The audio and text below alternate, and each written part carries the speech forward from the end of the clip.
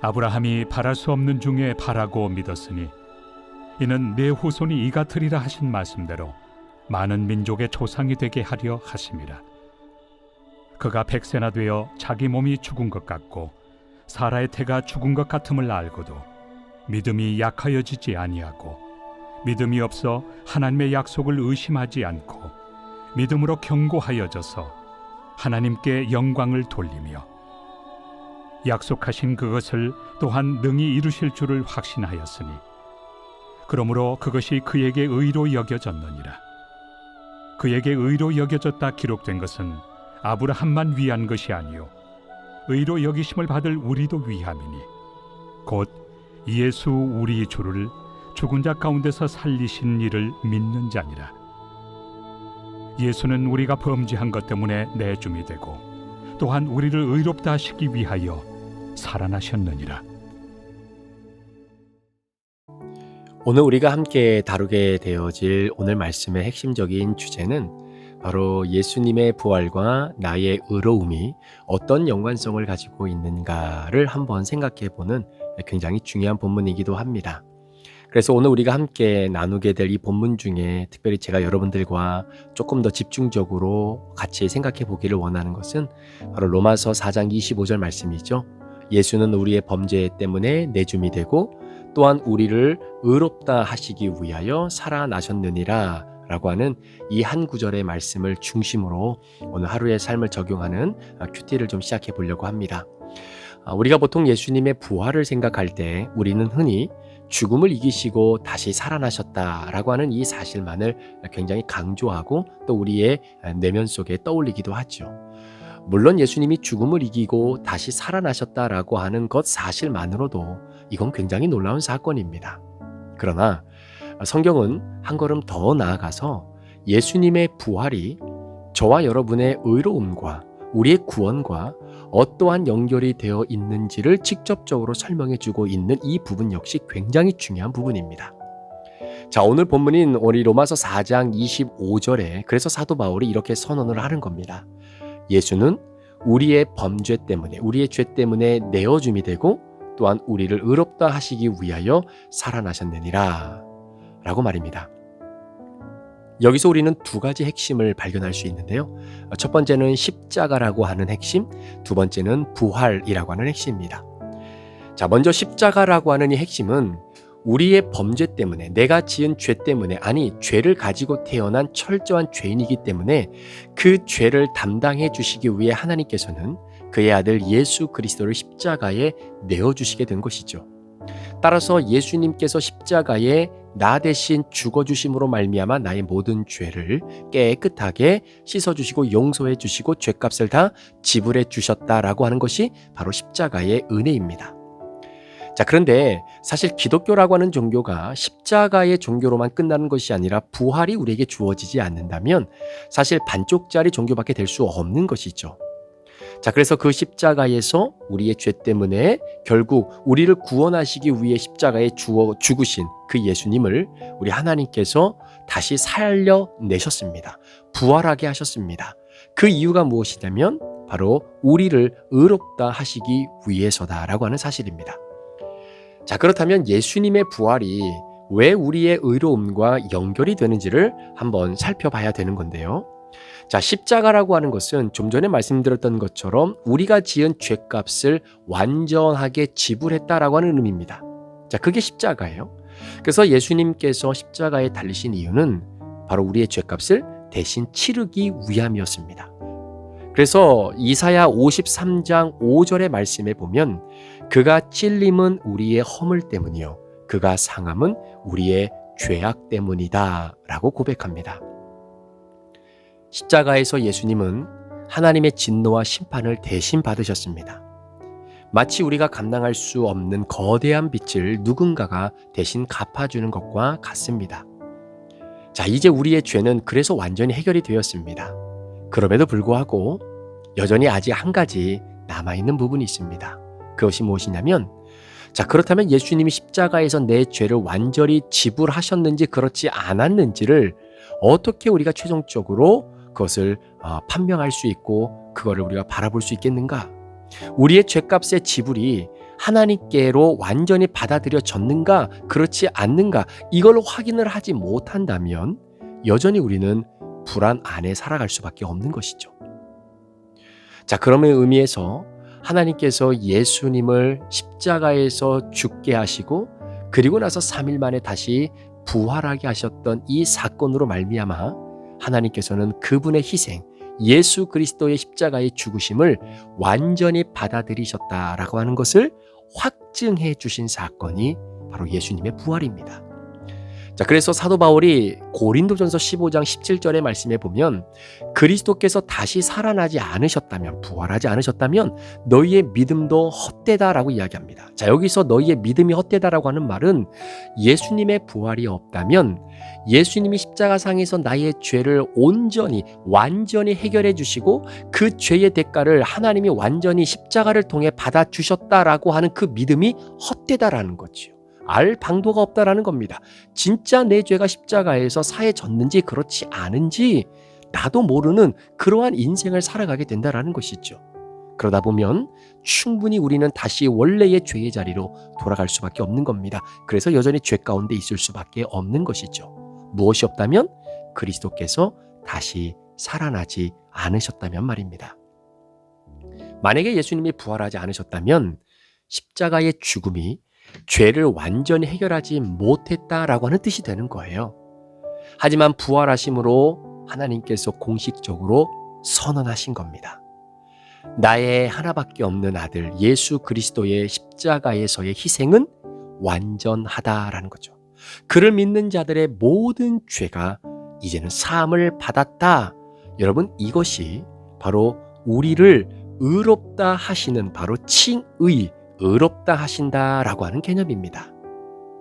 그래서 부활이라고 하는 것은 단순히 예수님의 승리의 표시가 아니라 하나님께서 우리의 구원을 완성하셨다라는 것을 공식적으로 선포하는 사건이 예수님의 부활입니다. 따라서 예수님의 부활이 없다면 우리의 구원을 완성하셨다라고 하는 선포가 없는 것이고, 우리의 구원을 완성하셨다라고 하는 선포가 없다라고 한다면 우리의 믿음도 헛된 것이고 여전히 죄 가운데 거할 수밖에 없는 바로 그러한 현상이 벌어지게 되는 것이죠.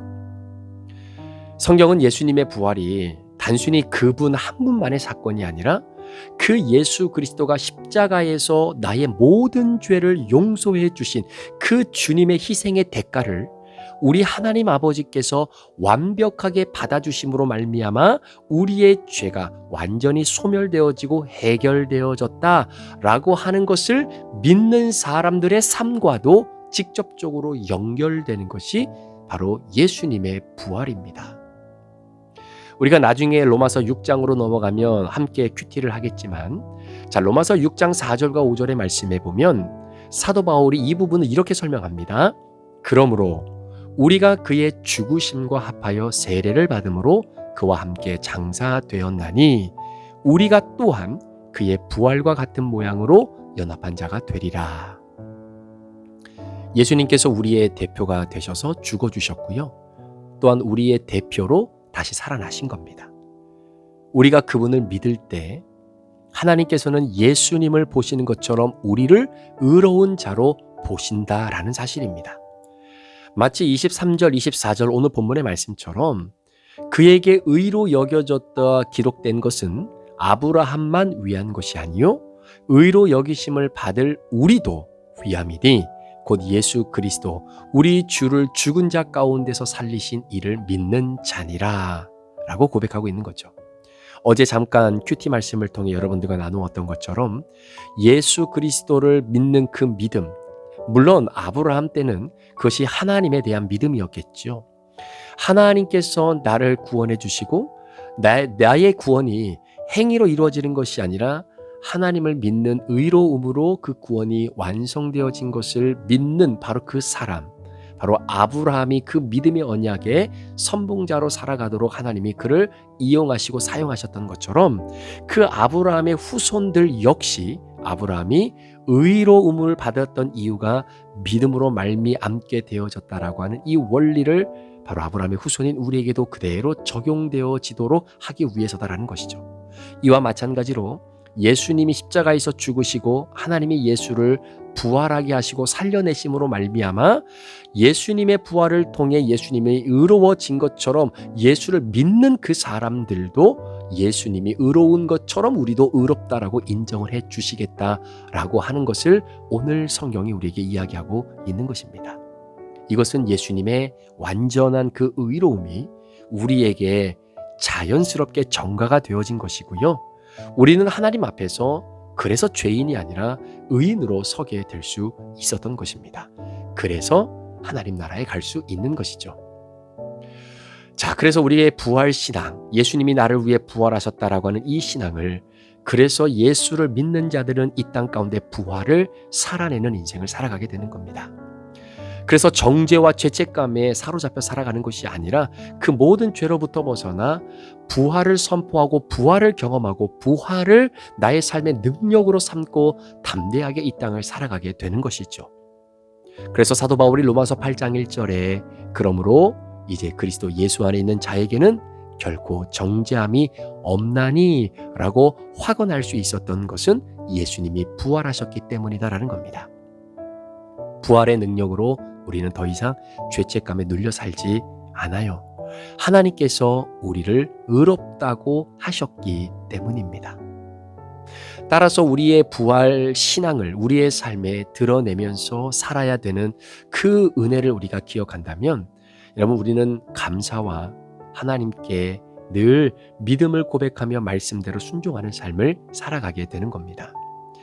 빛이 완전히 갚아진 사람은 자유롭게 삽니다. 그것이 물질의 빛이 됐던 죄의 빛이 됐던 그 빛을 이렇게 저런 방법으로 다 갚아낸 사람은 진짜 두 다리 뻗고 자유롭게 살아갈 수 있는 거죠.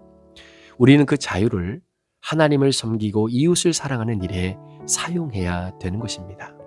아직도 부활의 기쁨을 알지 못하고 죄책감에 눌려 살아가는 우리 주변의 많은 이들에게 예수님의 부활이 그들의 의로움의 근거가 된다라고 하는 이 복음을 우리가 어찌 전하지 않고 살아갈 수 있겠습니까? 한번 상상해 보십시오. 여러분이 갚을 수 없는 큰 빚을 지고 있다면 아마 매일매일 불안에 떨며 살 수밖에 없습니다. 그런데 어느 날 누군가가 그 빚을 대신 갚아 주었습니다. 이것이 십자가입니다. 예를 들어 우리가 자동차를 할부로 구입을 하는 경우가 있지 않습니까? 그러면 처음에 할부로 차를 사면 그 차에 대한 소유권은 은행에 있는 겁니다. 아직까지는 내 차가 아닙니다. 그런데 어느 일정 기간 동안 꾸준히 할부액을 갚고 나면 이제는 완전히 그 차에 대한 페이오프가 끝나는 순간이 옵니다. 그러면 여러분 집으로 배달되는 굉장히 중요한 서류가 하나 도착하게 되지요. 그것이 바로 자동차 타이틀입니다. 자, 자동차 타이틀 무엇을 의미합니까? 이 차의 진정한 소유자는 이제 은행이 아니라 당신입니다 라고 하는 확인서예요. 이 타이틀이 없으면 이 차에 대한 주인은 여전히 내가 아닌 것과 마찬가지입니다. 나중에 차를 사고 팔 때도 이 타이틀이 없으면 차를 팔 수도 없고 살 수도 없는 것이죠. 여러분, 이 자동차의 타이틀과 같은 역할을 하는 것이 바로 부활입니다.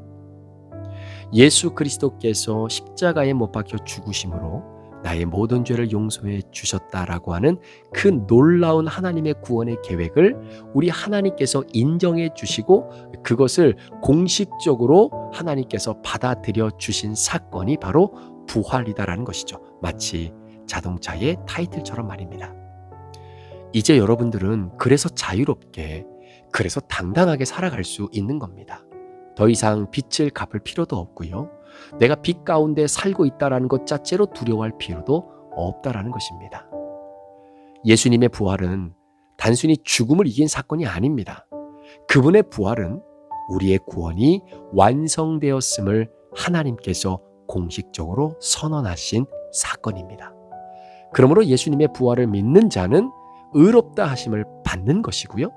더 이상 죄인으로 서지 않고 하나님의 자녀로서 담대히 이 땅을 살아갈 수 있는 힘과 은혜와 능력이 예수를 믿는 순간 우리에게 주어지게 되는 것입니다.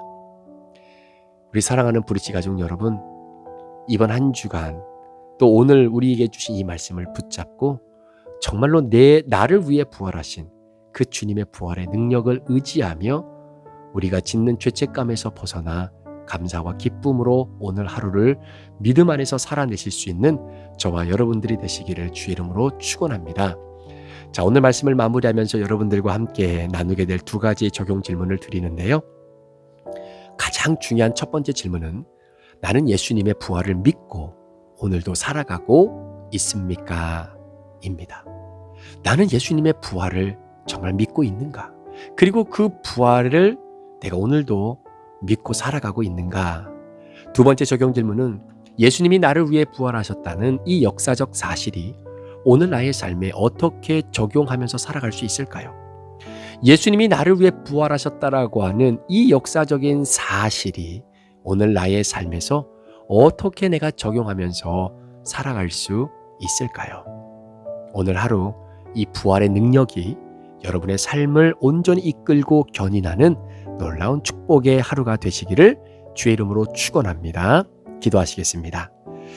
살아역사하시는 아버지 하나님, 오늘 예수님께서 사도 바울을 통해 예수님의 십자가의 죽음과 그 부활이 나의 구원과 어떤 연관이 있는지를 오늘 로마서 4장 18절에서 25절의 말씀을 통해 다시 한번 깨닫게 해주셔서 감사합니다.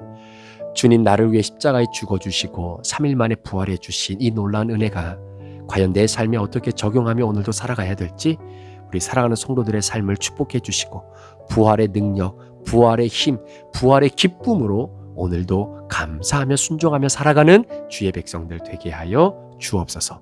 감사를 드리며 예수 그리스도의 존귀하신 이름으로 축복하며 기도합니다. 아멘.